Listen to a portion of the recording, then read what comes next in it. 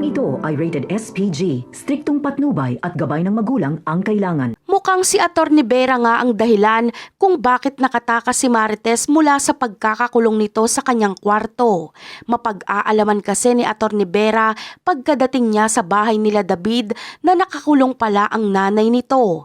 Kaya sa sandaling iiwan ni David si Atty. Vera para may bilhin lang sa labas ay isasagawa nga ni Atty. Vera ang kanyang balak.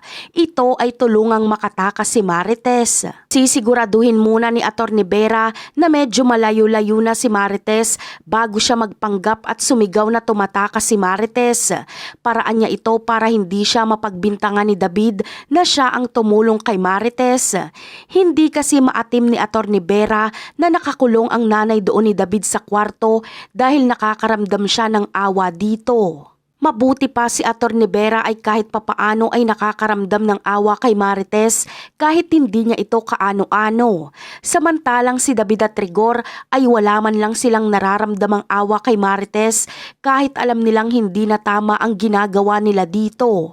Mabuti na lang ay may natitira pang kabaitan itong si Atty. Vera para tulungang patakasin si Marites. Malamang ay pag sinabi ni Marites kay Ramon na tinulungan siya ni Atty. Vera na tumakas ay tatanawin itong utang na loob ni Ramon.